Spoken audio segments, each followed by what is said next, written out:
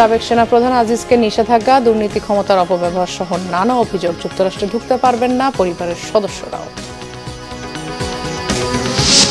দ্বিতীয় ধাপে ভোট চলছে। 156 উপজেলায় চলবে বিকাল 4টা পর্যন্ত। ভোটার উপস্থিতি এখনো কম।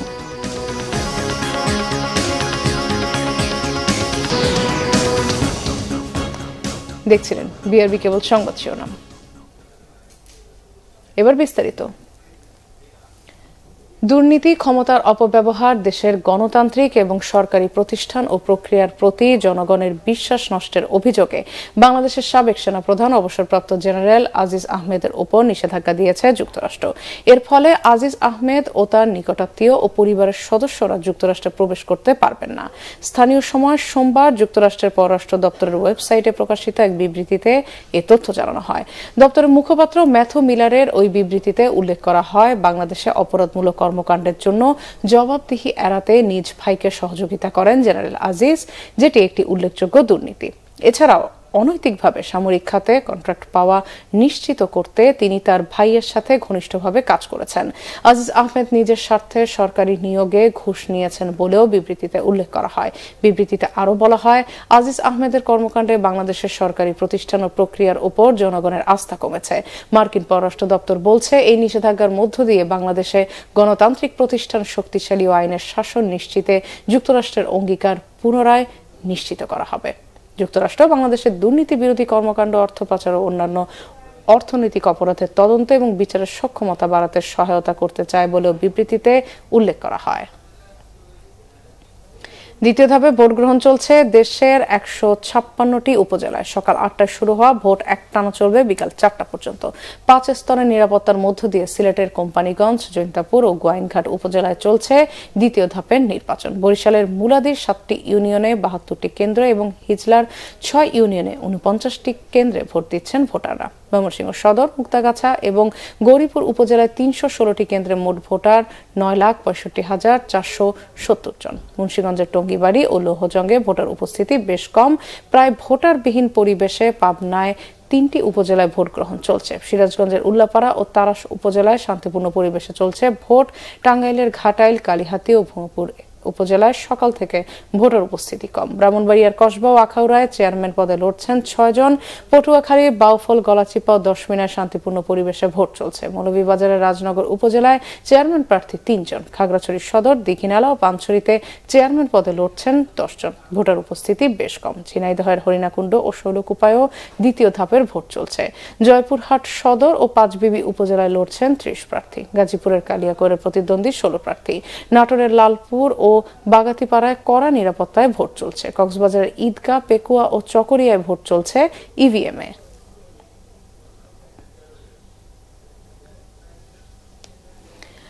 দর্শক, উপজেলা নির্বাচনের সংবাদ সংগ্রহে এই মুহূর্তে লৌহজঙ্গের যশোলদিয়া উচ্চ বিদ্যালয়ে আছেন আমাদের সহকর্মী সৈকত সাদিক। আমরা সরাসরি চলে যাচ্ছি তার কাছে।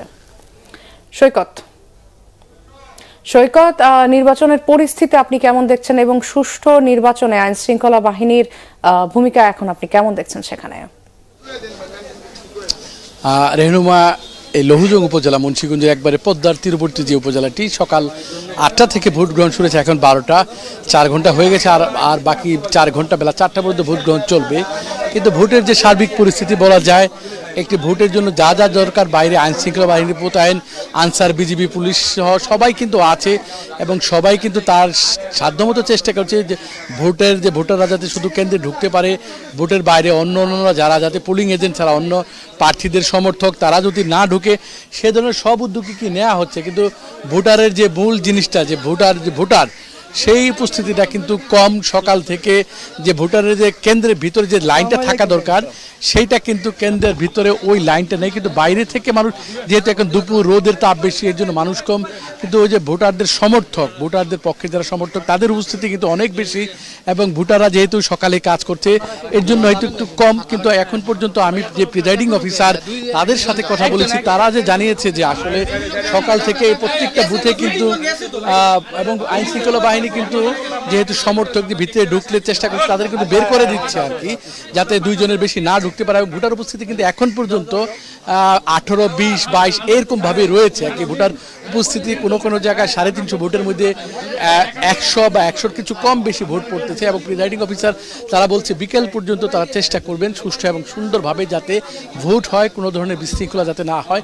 এবং এখানে যে 2 জন প্রার্থী রয়েছে এখন মূল প্রতিদ্বন্দ্বী প্রার্থী, তাদের মধ্যে কিন্তু সব তাদের যে সমর্থক, তাদের পক্ষের যে লোক, তারা কিন্তু প্রতিটি কেন্দ্রের বাইরে তারা আছে এবং তারা 2 প্রার্থী কিন্তু জয়ভাবে আশা ব্যক্ত করতে। সব মিলে এখন পর্যন্ত কোনো ধরনের অপ্রীতিকর ঘটনা ছাড়াই কিন্তু ভোটার সুন্দরভাবে ভোট দিচ্ছে। এই হচ্ছে রেহনুমা এই মুন্সিগঞ্জের লৌহজং উপজেলার ভোট কেন্দ্রের সর্বশেষ পরিস্থিতি। সৈকত, আপনাকে ধন্যবাদ। দর্শক, কিছুক্ষণ আগে রাঙ্গামাটি ও গাইবান্ধা থেকে ভোটের পরিস্থিতি জানিয়েছেন সহকর্মী নন্দন দেবনাথ ও ফিরোজ কবির মিলন। রাঙ্গামাটি জেলার 3টি উপজেলায় ভোট গ্রহণ অনুষ্ঠিত হচ্ছে। একটি হচ্ছে কাপ্তাই উপজেলা, বিলাসিনী উপজেলা এবং রাজস্থলী উপজেলাতে। আমরা একটু জানিয়ে রাখতে চাই, রাঙ্গামাটি জেলার 51টি ভোট কেন্দ্রে, এই 3টি উপজেলা 51টি ভোট কেন্দ্রে ভোট গ্রহণ অনুষ্ঠিত হচ্ছে। আমরা সকাল থেকে যেই ভোট কেন্দ্রে আমরা আছি, এখন দাঁড়িয়ে আছি আমরা রাঙ্গামাটির কাপ্তাই উপজেলার মুরালিপাড়া ভোট কেন্দ্রে। আমরা দেখতে পাচ্ছি সকাল থেকে যে দীর্ঘ লাইনে দাঁড়িয়ে পাহাড়ি জনগোষ্ঠী তাদের ভোটাধিকার প্রয়োগ করছেন। বিলাসিনী উপজেলায় ভোটার হচ্ছে আমার 23,692 জন এবং রাজস্থলী উপজেলার ভোটার সংখ্যা হচ্ছে 20,867 জন। রাঙ্গামাটির যেই দুর্গম এলাকাগুলোতে রয়েছে, সেই দুর্গম এলাকাগুলোর মধ্যে বিলাসিনী উপজেলা হচ্ছে আমাদের সবচেয়ে দুর্গম একটি উপজেলা। সেই উপজেলাতে কাপ্তাইতে পানি শুকিয়ে যাওয়ার কারণে নৌ যোগাযোগ ব্যবস্থা বন্ধ হয়ে যাওয়ায় খুব কষ্ট করে ভোটাররা তারা এই ভোট কেন্দ্রে গিয়ে ভোট দিতে দেখা গেছে। আমি এখন দাঁড়িয়ে আছি গাইবান্ধা জেলার শিবপুর সরকারি প্রাথমিক বিদ্যালয় মাঠে। আপনারা জানেন যে আজ গাইবান্ধার 3 উপজেলায় 418টি ভোট কেন্দ্রের মাধ্যমে সকাল 8টা থেকে শুরু করে বিকেল 4টা পর্যন্ত ভোট গ্রহণ অনুষ্ঠিত হচ্ছে। 3 উপজেলায় প্রতিদ্বন্দ্বী প্রার্থীর সংখ্যা 47 জন। উপজেলায় মোট ভোটার সংখ্যা 10,55,613 জন। আইন শৃঙ্খলা পরিস্থিতি এখানে ভালো। এখানে প্রশাসনের পক্ষ থেকে বিভিন্ন নিরাপত্তার ব্যবস্থা করা হয়েছে যাতে কোনো প্রকার অপ্রীতিকর ঘটনা না ঘটতে পারে এবং ভোটাররা তার ভোটটা যেন সঠিকভাবে প্রয়োগ করতে পারে। দর্শক, এই ছিল গাইবান্ধার ভোটের মাঠ থেকে সর্বশেষ। দর্শক, উপজেলা নির্বাচনের সংবাদ সংগ্রহে খুলনার দিঘলিয়ায় আছেন আমাদের সহকর্মী আতিয়ার পারভেজ। সবশেষ খবর জানতে সরাসরি যাচ্ছি তার কাছে। আতিয়ার, ভোটের সবশেষ কি তথ্য আছে আপনার কাছে? রেনুমা, এই মুহূর্তে আমি রয়েছি খুলনার দিঘলিয়া উপজেলার জকিপুল ইউনিয়ন পরিষদের একটি কেন্দ্রের প্রাথমিক বিদ্যালয়। এখানে ভোটার সংখ্যা রয়েছে 2,805 জন। প্রথম যে 4 ঘন্টা অতিবাহিত হয়েছে, 4 ঘন্টা এখানে ভোট পড়েছে 339টি, অর্থাৎ 12% মতো ভোট পড়েছে। প্রথমে যে ভোটের যে উপস্থিতি সেটি কম হওয়ার জন্য এখানকার যে প্রার্থীরা রয়েছেন তারা বলছেন এখানে শ্রমজীবী মানুষ, তাদের উপস্থিতি প্রথম দিকে কম হবে, দ্বিতীয় দিকে অর্থাৎ বিকালের দিকে ভোটের উপস্থিতি বাড়বে বলে এখানকার প্রার্থীরা জানিয়েছেন।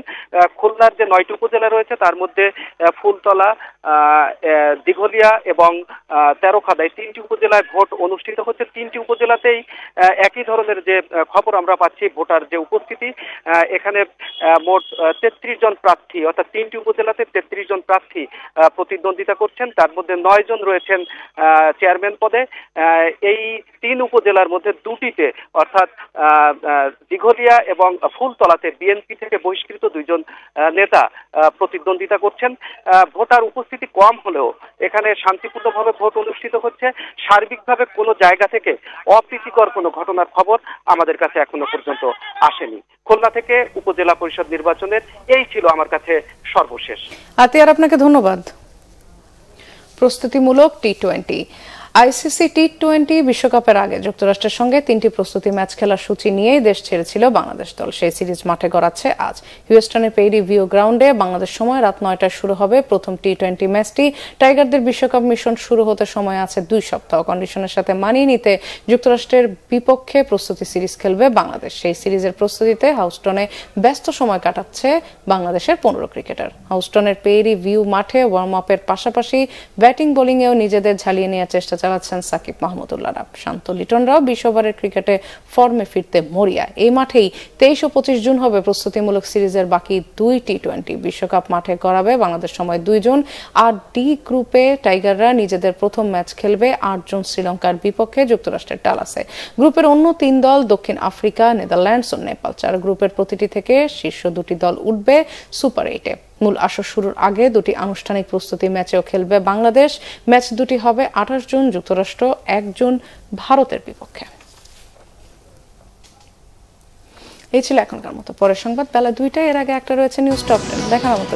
এছাড়া বাংলাদেশের সংবাদ ও সংবাদ সংশ্লিষ্ট অনুষ্ঠান দেখতে ভিজিট করুন www.bvnews24.com, facebook.com/banglavisionnews এবং সাবস্ক্রাইব করুন youtube.com/banglavisionnews। ধন্যবাদ সবাইকে।